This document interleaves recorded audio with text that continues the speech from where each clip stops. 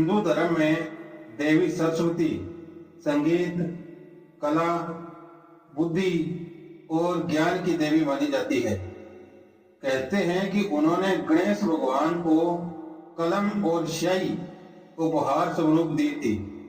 लक्ष्मी की ही भांति सरस्वती भी त्रिदेवियों में से एक हैं। विद्या आरंभ करने से पहले सदा सरस्वती मां को याद किया जाता है। सरस्वती को श्वेत रंग अत्यधिक पसंद है। वे श्वेत वर्णा हैं, श्वेत कमल पर विराजती हैं, श्वेत वस्त्र धारण करती हैं, श्वेत माला उनके हाथ में शोभती है, हाथों में वीणा धारण करती हैं तथा उनके साथ सफेद हंस सदा रहता है। कहते हैं कि प्रारंभ में सरस्वती नदी देवी थी। उनके नदी बनने के पीछे की कथा कुछ इस प्रकार है। एक बार ब्राह्मणों और क्षत्रियों के बीच घमासान युद्ध हो गया। इस युद्ध से सबको भस्म कर देने वाली बड़भागिनी का जन्म हुआ। बड़भागिनी में इतना अधिक तेज था कि संपूर्ण विश्व ही भस्म हो जाता। देवता इस बात से चिंतित होकर शिव और विष्णु से सहायता मांगने गए। उन्होंने सुझाया कि देवी सरस्वती एक नदी के रूप में प्रकट होकर बड़भागिनी को ले जाकर समुद्र में डुबो सकती है। देवता अपना अनुरोध लेकर सरस्वती के पास गए। सरस्वती ने कहा कि यदि ब्रह्मा जी की अनुमति हो तो वह देवताओं की सहायता कर सकती है। हिंदू पौराणिक कथाओं में सरस्वती को ब्रह्मा जी की पत्नी बताया गया है।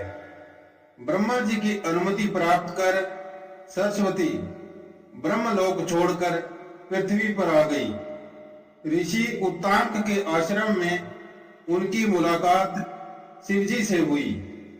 शिवजी ने एक पात्र में बंद बड़भागिनी को सरस्वती को देते हुए कहा, पलाश के पेड़ से नदी बनकर निकलो। सरस्वती पेड़ के साथ मिलकर नदी में बदल गई। यहां से बहती हुई वह पुष्कर की ओर बढ़ी और फिर पुष्कर से बहती हुई समुद्र में विलीन हो गई। अपनी यात्रा के अंत में उन्होंने बड़भागिनी को समुद्र के जल में डुबो दिया। भारत में ब्रह्मा जी के 6 मंदिरों में एक मंदिर पुष्कर में भी स्थित है। बसंत पंचमी सरस्वती के पूजन का प्रसिद्ध त्योहार है, जिसे सरस्वती पूजा भी कहा जाता है। यह त्योहार बसंत ऋतु में आता है। सरसों के फूलने से प्रकृति पीले रंग में रंग जाती है।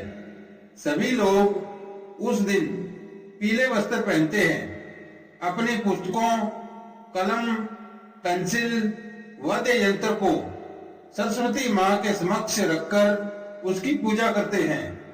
सभी उनके आशीर्वाद की अपेक्षा करते हैं। छोटे बच्चों को इस दिन लिखना भी सिखाया जाता है।